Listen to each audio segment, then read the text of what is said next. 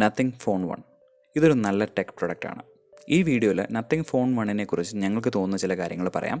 അതുപോലെ തന്നെ nothing phone 1ന് വേണ്ടി കാത്തിരുന്ന ചില ആളുകൾക്ക് ഈ പ്രൊഡക്റ്റ് അത്ര സാറ്റിസ്ഫാക്ടറി ആയിട്ട് തോന്നില്ല. അങ്ങനെയുള്ള ആളുകൾക്ക് മറ്റേതൊക്കെ ഓപ്ഷനുകളുണ്ട്, ഓൾട്ടർനേറ്റീവ്സ് ഉണ്ടെന്നും വീഡിയോയിൽ പറയാം. വീഡിയോ ഒരു സ്റ്റേറ്റ്മെൻറ്റിലൂടെ തുടങ്ങാം. ഐഫോൺസും നത്തിങ് ഫോൺ 1ഉം തമ്മിൽ ഒരു വലിയ സിമിലാരിറ്റി ഉണ്ട്. ഇത് ഞാൻ പറയുമ്പോഴേക്കും ചിലരുടെയെങ്കിലും നെറ്റി ചൊളിയുന്നുണ്ടാവും. കാര്യത്തിലോട്ട് വരാം. ഐഫോൺ ബിൽഡ് ചെയ്തിരിക്കുന്നത് ഫണ്ടമെൻ്റലായിട്ടുള്ള ഒരു ഫിലോസഫിയിൽ ഊന്നിയാണ്. കസ്റ്റമറിന് ഏറ്റവും നല്ല യൂസർ എക്സ്പീരിയൻസ് കൊടുക്കുക, അതിനായിട്ട് സ്പെസിഫിക്കേഷനുകൾ കൊണ്ടുവരിക, അല്ലാതെ നമ്പേഴ്സ് കാണിക്കാൻ വേണ്ടിയല്ല. അത് ആദ്യകാലം തൊട്ട് ഈ കുറച്ച് നാളുകൾക്ക് മുമ്പ് വരെ ഐഫോൺ മേക്കേഴ്സ് മസ്റ്റായിട്ടും ഫോളോ ചെയ്ത ഒരു ഫിലോസഫിയാണ്. നത്തിങ് ഫോൺ 1ഉം ഏറെക്കുറെ ആ ഒരു ഫിലോസഫിയിൽ തന്നെയാണ് വർക്ക് ചെയ്യുന്നതെന്ന് എനിക്ക് തോന്നുന്നു. അത് ഈ ഫോണിൻ്റെ സ്പെക് ഷീറ്റ് എടുത്ത് നോക്കി കഴിഞ്ഞാൽ തന്നെ നമുക്ക് വ്യക്തമാണ്. ക്യാമറാസിൽ നിന്ന് തുടങ്ങാം. Primary camera IMX 766 50 mega pixel സോണിയുടെ സെൻസറാണ്. ഫ്ലാഗ്ഷിപ്പ് ലെവൽ തന്നെയാണ്.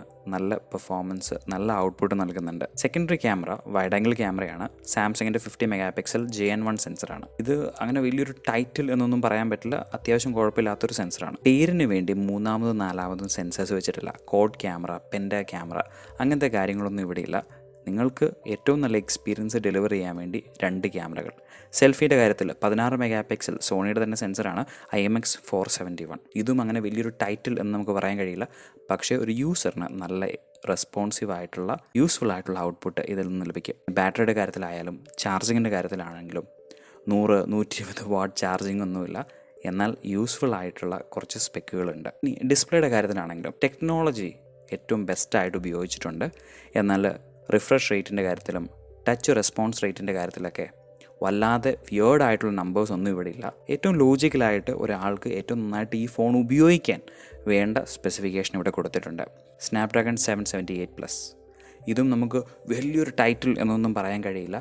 ഈ ഒരു ബഡ്ജറ്റിൽ നിങ്ങൾക്ക് സ്നാപ്ഡ്രാഗൺ 870യും കുറച്ചും കൂടെ ഒന്ന് എക്സ്റ്റെൻഡ് ചെയ്യുകയാണെങ്കിൽ സ്നാപ്ഡ്രാഗൺ 888 ഒക്കെ കിട്ടും. എന്നാൽ അവിടെ തന്നെയാണ് ഈ സ്നാപ്ഡ്രാഗൺ 778+ഉമായിട്ട് ഈ ഡിവൈസ് വരുന്നത്. അതിൻ്റെ എല്ലാം ഫണ്ടമെൻ്റൽ ഇത്രയേ ഉള്ളൂ. ഈ ഫോൺ നിങ്ങൾക്ക് ഉപയോഗിക്കാനായിട്ട് വേണ്ട എല്ലാ സ്പെക്കുകളും ഇതിനകത്തുണ്ട്. കമ്പാരിസൺ ചെയ്യാൻ പോയി കഴിഞ്ഞാൽ അത് അത്ര മാച്ചിങ് ആയിട്ട് തോന്നില്ല. അതുപോലെ തന്നെ ഞങ്ങൾക്ക് ഒത്തിരിയേറെ ഫേവറേറ്റ് ആയിട്ട് തോന്നിയത് ഈ ഡിവൈസിൻ്റെ OS ആണ്. Nothing OS really beautiful. Stock Android എന്ന് തന്നെ നമുക്ക് പറയാം. ചെറിയ ട്വീക്സ് അവിടെ ഇവിടെ യൂസർ എക്സ്പീരിയൻസ് അല്പം കൂടെ ബെറ്റർ ആക്കാൻ വേണ്ടി വളരെ ഡെയറിങ് ആയിട്ടുള്ളൊരു മൂവാണ്. ഗ്ലിംഫ് ഇൻ്റർഫേസ് എന്ന് പറയുന്നത് അത് ഹൈപ്പ് ഉണ്ടാക്കാൻ അടിപൊളിയായിരുന്നു. അതൊരു യൂസ്ഫുൾ ഫീച്ചർ ആകുമോ എന്നുള്ളത് കുറച്ച് ആളുകൾ ഇത് മേടിച്ച് 2-3 മാസം ഉപയോഗിച്ചതിന് ശേഷം നമുക്ക് പറയേണ്ട കാര്യമാണ്. എനിവേ ഹൈപ്പ് ഉണ്ടാക്കുക എന്നുള്ള ലക്ഷ്യം അത് തീർച്ചയായിട്ടും അച്ചീവ് ചെയ്തിട്ടുണ്ട്. എല്ലാവരും നോക്കിയിരുന്നത് ആ പിൻവശത്ത് മിനി നിൽക്കുന്ന ആ ഒരു ലൈറ്റിലോട്ടാണ്.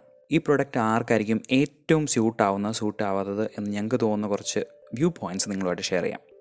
നിങ്ങൾ വളരെ ടെക് സാവി ആയിട്ടുള്ള എക്സ്ട്രീം പെർഫോമൻസ് ആവശ്യപ്പെടുന്ന ത്രോട്ടിൽ ഇത് ഫോൺ ഉപയോഗിക്കാൻ ആഗ്രഹിക്കുന്ന ഒരാളാണെങ്കിൽ എനിക്ക് തോന്നുന്നു ഇതിനേക്കാളും നല്ല ഓപ്ഷനുകൾ ഈ പ്രൈസ് ബ്രാക്കറ്റിൽ തന്നെയുണ്ട്. അതിനെക്കുറിച്ച് കുറച്ച് കഴിയുമ്പോൾ നമുക്ക് സംസാരിക്കാം. ഇതെന്ന് പറയുമ്പോഴേക്കും അത്യാവശ്യം കുഴപ്പമില്ലാത്തൊരു ഫോൺ വേണം. ഒരു 3 വർഷം അല്ലെങ്കിൽ 4 വർഷം ഉപയോഗിക്കാൻ എനിക്ക് പ്ലാൻ ഉണ്ട്. അങ്ങനെയുള്ള ആളുകൾക്കും ഈ ഫോൺ അടിപൊളിയായിട്ട് സ്യൂട്ടാവും. പിന്നെ അനാവശ്യമായിട്ടുള്ള ആഡുകൾ, ബ്ലോട്ട് വെയറുകൾ ഒന്നും എനിക്ക് താല്പര്യമില്ല. അതൊക്കെ എനിക്ക് ദേഷ്യം ഉണ്ടാക്കുന്ന സംഗതികളാണ്. അങ്ങനെയുള്ളവർക്കും ഈ ഫോൺ അടിപൊളിയായിരിക്കും. ഇതുവരെയുള്ള നത്തിങ് ഫോൺ മാനേജ്മെൻറ്റിൻ്റെ ലീഡർഷിപ്പിൻ്റെ ഒരു എൻഗേജ്മെൻറ്റ് കണ്ടിട്ട് ഒരു കാര്യം വ്യക്തമാണ്. ഇത് ഡെവലപ്പേഴ്സിനും കൂടെ അത്യാവശ്യം യൂസ്ഫുൾ ആയിട്ടുള്ള അല്ലെങ്കിൽ സ്യൂട്ട് ആവുന്ന ഒരു പ്രൊഡക്റ്റാണ്. ഇത്രയൊക്കെ കാര്യങ്ങൾ കൊണ്ടാണ് ഇതൊരു നല്ല ടെക് പ്രൊഡക്റ്റ് ആണ് എന്ന് ഞങ്ങൾ പറഞ്ഞത്. വാല്യൂ ഫോർ മണി നോക്കാൻ പോയി കഴിഞ്ഞാൽ ഇത്ര മാത്രമുണ്ട് എന്ന് ഞങ്ങൾക്കും തോന്നുന്നില്ല. എന്നാൽ യൂസർ എക്സ്പീരിയൻസ് ആണ് നിങ്ങളുടെ ടോപ്പ് പ്രയോറിറ്റി എങ്കിൽ ഈ ഫോൺ പെർഫെക്റ്റ് മാച്ച് ആയിരിക്കും. നത്തിങ് ഫോൺ 1 നല്ല ഫോണൊക്കെ ആയിരിക്കും, പക്ഷേ എനിക്കത് അത്ര ഇഷ്ടപ്പെട്ടില്ല. മറ്റേതൊക്കെ ഓപ്ഷനുകളുണ്ട്? ഇനി ഞാൻ പറയാൻ പോകുന്ന കമ്പാരിസണുകളിലെല്ലാം നത്തിങ് ഫോൺ 1ൻ്റെ വില 32,000 + 1,500 ചാർജറിൻ്റെ വിലയാണ്. അത് കൂട്ടിയിട്ടുള്ള 33,500 എന്ന നിരക്കിലായിരിക്കണം നിങ്ങൾ കാണേണ്ടത്. എന്നാലേ അതൊരു ഫെയർ ഡീൽ ആവത്തുള്ളൂ. കാരണം ഇനി ഞാൻ പറയാൻ പോകുന്ന എല്ലാ ഫോണുകളിലും തന്നെ ഇൻബോക്സ് ചാർജർ വരുന്നുണ്ട്. ഒന്നാമത്തെ phone motto edge 20 Pro 5G ആണ്. ഇറങ്ങിയിട്ട് കുറച്ച് നാളുകളായെങ്കിലും ഇപ്പോഴും ഇത് റെലവൻ്റ് ആയിട്ടുള്ള ഒരു പ്രൊഡക്റ്റാണ്. എന്തുകൊണ്ട് നത്തിങ്ങിന് ഇതൊരു ഓൾട്ടർനേറ്റീവ് ആകുന്നു എന്ന് പറഞ്ഞാൽ ഇതിൻ്റെ വിലയും 33,000 രൂപയാണ്. 8GB 128GB വേർഷന്. ഇതിൻ്റെ പ്രത്യേകതകൾ നോക്കുകയാണെങ്കിൽ ഇവിടെയും സ്റ്റോക്ക് ആൻഡ്രോയിഡിനോട് വളരെ സിമിലർ ആയിട്ടുള്ള മോട്ടോയുടെ യൂസർ ഇൻ്റർഫേസ് ഉണ്ട്. ബ്ലോട്ട് വെയറുകൾ ഉണ്ടോ എന്ന് ചോദിച്ചു കഴിഞ്ഞാൽ കുറച്ച് അവിടെ ഇവിടെയൊക്കെ ഉണ്ടാവും, ബട്ട് മോസ്റ്റ്ലി ക്ലീൻ ആയിട്ടുള്ളൊരു എക്സ്പീരിയൻസ് ആണ്. പിന്നെ സ്നാപ്ഡ്രാഗൺ 870 പ്രോസസ്സർ വരുന്നുണ്ട്. ക്യാമറയാണ് ഏറ്റവും ഇൻട്രസ്റ്റിങ്. 108 മെഗാ പിക്സൽ പ്രൈമറി ക്യാമറയുണ്ട്. അതുപോലെ തന്നെ 5x ഒപ്റ്റിക്കൽ സൂം സപ്പോർട്ട് ചെയ്യുന്ന ക്യാമറയുണ്ട്. 32 മെഗാ പിക്സൽ സെൽഫി ക്യാമറയുണ്ട്. ഇനി സ്ക്രീൻ ആണെങ്കിൽ 6.7 ഇഞ്ചിൻ്റെയാണ്. ആമോലെഡ് ആണ്. HDR10+ കോമ്പാക്റ്റബിൾ ആണ്. 144 ഹേർട്സ് റിഫ്രഷ് റേറ്റ് ഒക്കെ ഉണ്ട്.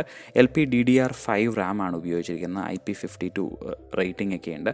ഇനി 30 വാട്ട് ചാർജറും ഇൻക്ലൂഡഡ് ആണ്. മൊത്തത്തിൽ നോക്കുമ്പോഴേക്കും നിങ്ങൾക്ക് സ്റ്റോക്ക് ആൻഡ്രോയിഡ് എക്സ്പീരിയൻസ് ഒക്കെയാണ് ആവശ്യമെങ്കിൽ തീർച്ചയായിട്ടും മോട്ടോ എഡ്ജ് 20 Pro നല്ലൊരു ഓപ്ഷനാണ്. ഇനി അടുത്ത ഫോണുകളിലോട്ട് വരാം. ഇനി ഞാൻ പറയാൻ പോകുന്ന ഫോണുകളിലെല്ലാം ഒരു കാര്യം കുറവായിരിക്കും.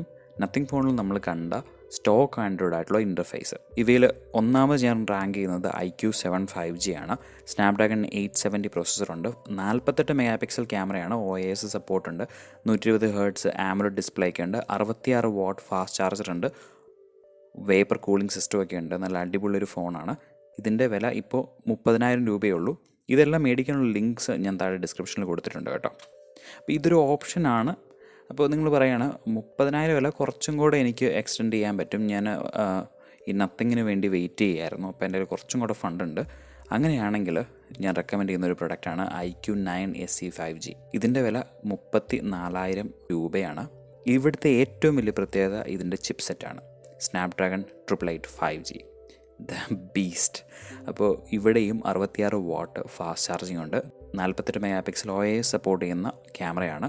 120 ഹേർട്സ് ആമോലെഡ് ഡിസ്പ്ലേ ആണ്. HDR10+ സർട്ടിഫൈഡ് ആയിട്ടുള്ള ഡിസ്പ്ലേ ഒക്കെയാണ്. 300 ഹേർട്സ് ടച്ച് സാമ്പിളിംഗ് റേറ്റ് ഉണ്ട്. IP52 dust and water resistance ഒക്കെ ഉണ്ട്. അതായത് അത്യാവശ്യം കുഴപ്പമില്ലാത്ത രീതിയിൽ ചാറ്റൽ മഴയൊക്കെ താങ്ങും. കുറച്ച് ഡസ്റ്റൊക്കെ പ്രിവെൻറ്റ് ചെയ്യും. ഇതിനകത്ത് ഏറ്റവും പ്രധാനപ്പെട്ട സംഗതി എന്ന് പറയുമ്പോഴേക്കും IQOO IQOO ഒക്കെ എന്ന് പറയുമ്പോഴേക്കും പെർഫോമൻസ് ഓറിയൻറ്റഡ് ആയിട്ടുള്ള ഔട്ട്പുട്ട് പ്രതീക്ഷിക്കുന്നവർക്ക് ഞാൻ റെക്കമെൻഡ് ചെയ്യുന്നതാണ്. പിന്നെ വാല്യൂ ഫോർ മണി എന്നുള്ള ഫാക്ടർ ഞാൻ പ്രധാനമായിട്ട് നോക്കിയിട്ടുണ്ട്. അങ്ങനെയാണ് ഈ ഫോണുകളിലോട്ടൊക്കെ ഞാൻ വന്നത്. ഇതല്ലാതെ മറ്റ് ധാരാളം ഫോണുകളുണ്ട്. പക്ഷേ അവിടെ ഒരു പ്രശ്നം എന്ന് പറയുന്നത് സ്നാപ്ഡ്രാഗണിൻ്റെ ചിപ്പ് മാറിയിട്ട് MediaTek വരും. അതുകൊണ്ട് ഞാൻ ഫീച്ചർ ചെയ്യാത്ത ചില പ്രൊഡക്റ്റുകളുണ്ട്, റിയൽമിയുടെയൊക്കെ സ്പെഷ്യലി പറയുമ്പോൾ. ഇനി അവസാനമായിട്ട് എനിക്ക് റെക്കമെൻഡ് ചെയ്യാനുള്ളത് ഷവോമിയുടെ 11T Pro 5G. അങ്ങനെ പറഞ്ഞാൽ പോരാ, Mi 11T Pro 5G the hyper phone. എന്ത് പേരല്ലേ. ഓക്കെ, ഇതെന്തുകൊണ്ട് ഞാൻ ലാസ്റ്റിലോട്ട് വെച്ചെന്ന് വെച്ച് കഴിഞ്ഞാൽ വാല്യൂ ഫോർ മണിയും കാര്യങ്ങളൊക്കെ ഇവിടെ അടിപൊളിയായിട്ടുണ്ട്. പക്ഷേ ഷവോമിയുടെ ഈടെ ആയിട്ടുള്ള സോഫ്റ്റ്വെയർ സപ്പോർട്ട് എന്നൊക്കെ പറഞ്ഞാൽ ഒന്നും പറയാനില്ല. സമ്പൂർണ്ണ ദുരന്തത്തിലോട്ട് പോയിക്കൊണ്ടിരിക്കുകയാണ്. ഇവിടെയും സ്നാപ്ഡ്രാഗൺ 888 ഒക്കെ ഉണ്ട്. 6.67 ഇഞ്ച് 10-bit ആമോലെഡ് ഡിസ്പ്ലേ ഒക്കെ ഉണ്ട്. 480 ഹേർട്സ് ടച്ച് സാമ്പിളിംഗ് റേറ്റ് ഒക്കെ ഉണ്ട്. ഇനി ഇതിനകത്തുള്ള ഏറ്റവും ബെസ്റ്റ് ഫീച്ചർ അല്ലെങ്കിൽ പലർക്കും വാവ് ഫാക്ടർ ആയിട്ടുള്ളത് 120 വാട്ട് ഫാസ്റ്റ് ചാർജിങ് ഇവിടെ ഉണ്ട് എന്നുള്ളതാണ്. പിന്നെ ഇവിടെ എനിക്കൊരു കോംപ്രമൈസ് ആയിട്ട് തോന്നിയെന്ന് വെച്ച് കഴിഞ്ഞാൽ ക്യാമറ സിസ്റ്റം ഇതിന് മുമ്പുണ്ടായിരുന്ന Mi 10Tയിൽ നിന്ന് അതുപോലെ എടുത്തുകൊണ്ട് വെച്ച പോലെ ഉണ്ട്. 108 mega pixel primary camera, 13 mega pixel wide angle camera, 5 mega pixel macro camera. So അതൊരു ചെറിയ കോംപ്രമൈസ് അല്ലേ എന്ന് എനിക്ക് തോന്നുന്നുണ്ട്. അപ്പോൾ ഇതൊക്കെയാണ് എനിക്ക് ഈ പ്രൊഡക്ട്സിനെ കുറിച്ച് തോന്നുന്നത്. ഇവിടെയെല്ലാം ഞാൻ നേരത്തെ പറഞ്ഞ പോലെ സ്നാപ്ഡ്രാഗൺ ചിപ്സെറ്റാണ് ഞാനൊരു പ്രയോറിറ്റി വെച്ചത്. അതുപോലെ തന്നെ അത്യാവശ്യം ക്വാളിറ്റിയുള്ള സർവീസസ് ഞാനൊരു പ്രയോറിറ്റി വെച്ചിരുന്നു. അതുപോലെ തന്നെ പ്രൊഡക്റ്റിൻ്റെ ഇതുവരെയുള്ള ആളുകളുടെ എല്ലാ അഭിപ്രായങ്ങളും ഞാൻ വിലയിരുത്തിയിരുന്നു. അങ്ങനെയാണ് ഈ പ്രൊഡക്ട്സിലോട്ട് ഞാൻ വന്നത്. ഇതല്ലാതെ മറ്റു ഓപ്ഷനുകളും നിങ്ങൾക്ക് ഉണ്ട് കേട്ടോ.